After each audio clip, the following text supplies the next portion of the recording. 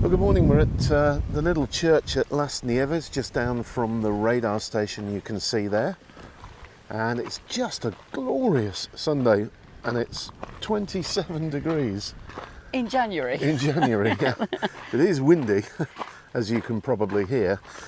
We're actually doing this walk as a bit of a recce. We're doing it with a bunch of Club Lanzarote members next month, and we thought we'd recce it to make sure it's been a while since we've walked it, isn't it? Yeah, and we wanted to make sure we got the distance right and the path's still safe and all of that stuff. But at the same time, we'll shoot a video for you so you can see what the walk is like from Las Nieves to the Bosquecillo, the secret forest. And we've just parked our car up near that Porsche that you might have seen in the first shot. That isn't ours, by the way. And we're starting the walk now, so we'll measure the distance. And the path we're on is quite clearly marked at the start by these white stones, but you're basically just heading towards the radar station up there. And on this first bit, you can see La Graciosa just sort of peeking around the corner of the cliffs there. But you look down onto the area known as the jable, which is the area sort of beyond Famara going towards Tinajo. It's the desert. Yeah, it's the desert. It gets covered in sand from the Sahara. Right, I promise not to keep stopping, Jules. We'll never get there, come on. Okay, we're off. And there's a view of the jable and Famara below us and the bungalows. You can actually see how big the plot is for the bungalows from here, can't you? It's bigger than the town itself, It is bigger than you think, yeah. Just that plot in the middle, look, that's not built on. Ah. Yeah, that's interesting. I wonder what the story is with that one. Nice surf down at Famara. I can see a kite surfer. You probably won't be able to see that on the video. But we'll get back onto the path. This is the GR131 path that goes from Ursula to Playa Blanca. This section of it is road, but it does become path shortly. So the cliff top path starts here. It's where the field is sort of the border. You're just on the other side of the wall. Yeah, and it is quite narrow in this part, but you can keep well away from the edge while you're walking along it. See a group of walkers over there, and you can see the incredible views you get back to Timanfaya from here.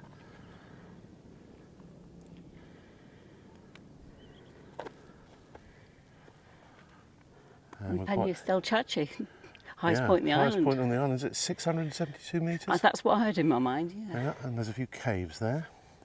Right, shall we carry on? Let's do it. Well, this is the 1 kilometre mark. We've still got that spectacular view. We've just passed a fairly big group of walkers who are coming the other way and out enjoying this amazing January weather. Getting ever closer to the radar station. I better not film too much of it because they might shoot me, Jules. And normally at this time of year, we were commenting as we were driving up, normally at this time of the year the island is really green, but... And much more flowers. Yeah, but we've just not had any rain. There's an interesting cave there.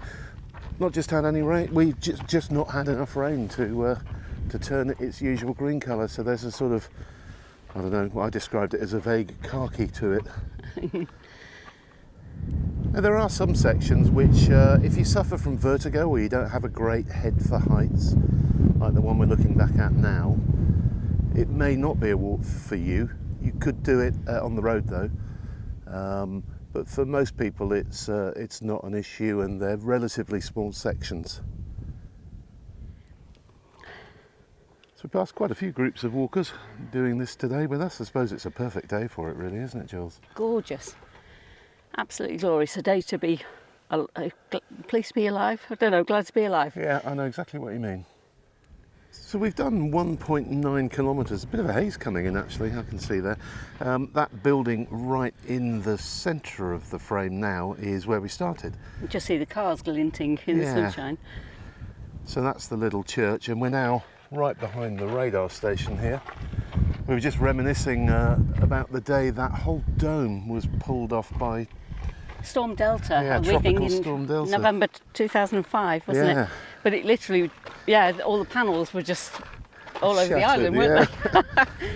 And you saw all the skeleton and the radar equipment underneath it. It took some time to get it recovered, didn't it?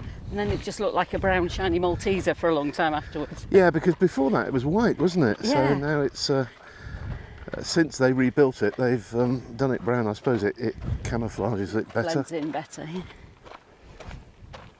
There's a path here that comes up through the barranco from Famara. You've done that, Jules, haven't you? Yeah, it's a stunning walk, but it's quite tough.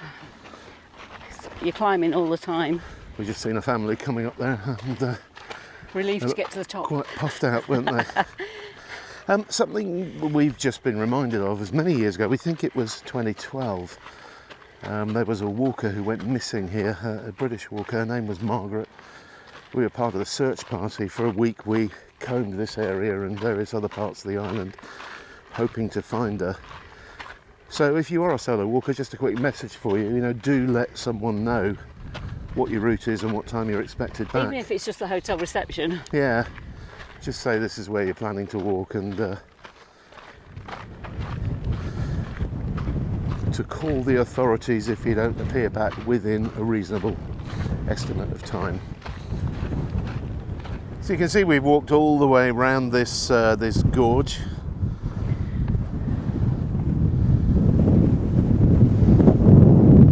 We've now come to the other edge of it.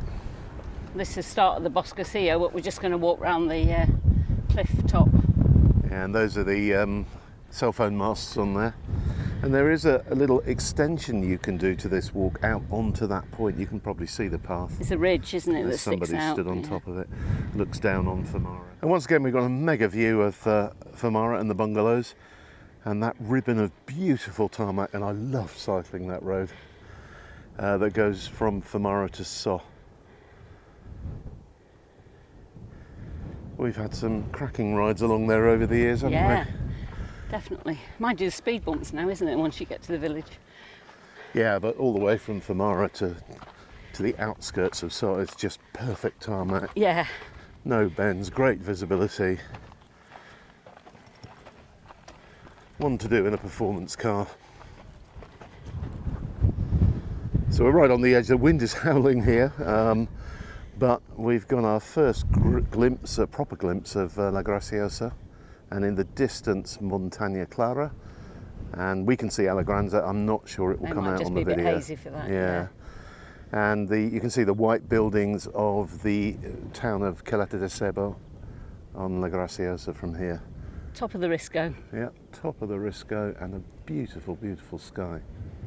So up here, as well as the cell phone mast, we've got a weather station with an anemometer and rain collecting devices and so on. So that's what's giving the readings to the top of the island, the coldest part of the island, although today, even right up here, it's 26, 27 degrees.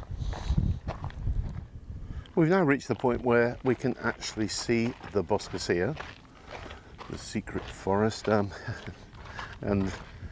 it's a bit of an exaggeration when we all call it a secret forest, because what it's got is a few low-growing pine trees in different places, but you don't see trees at all normally in Lanzarote. So what you've got there is parking over on the right. The central section, there's a kids' playground.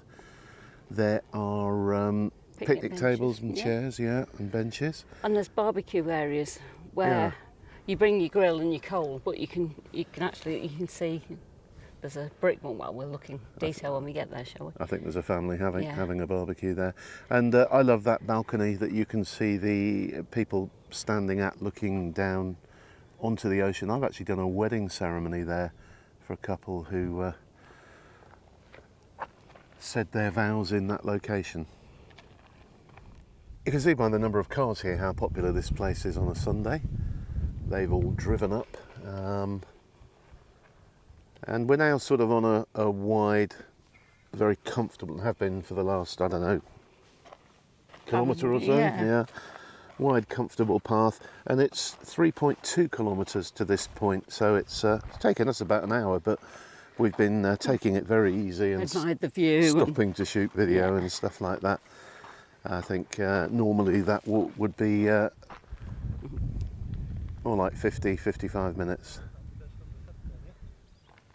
Got lots of families there enjoying the picnic benches, Jules, and another one with just firing up a barbie at one of the communal barbecues there. And the views here are just absolutely amazing.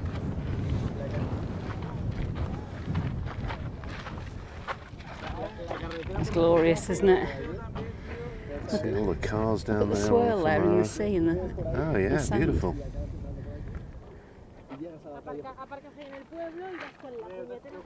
So there you go, hope you've enjoyed that little walk from the Ermita, or the little church at Las Nieves. Through to the Boscosio. Yeah, to the Boscosio, and we're going to stop and drink some water and then head off and get ourselves back to our car, which we've left at the church. Bye. Bye for now.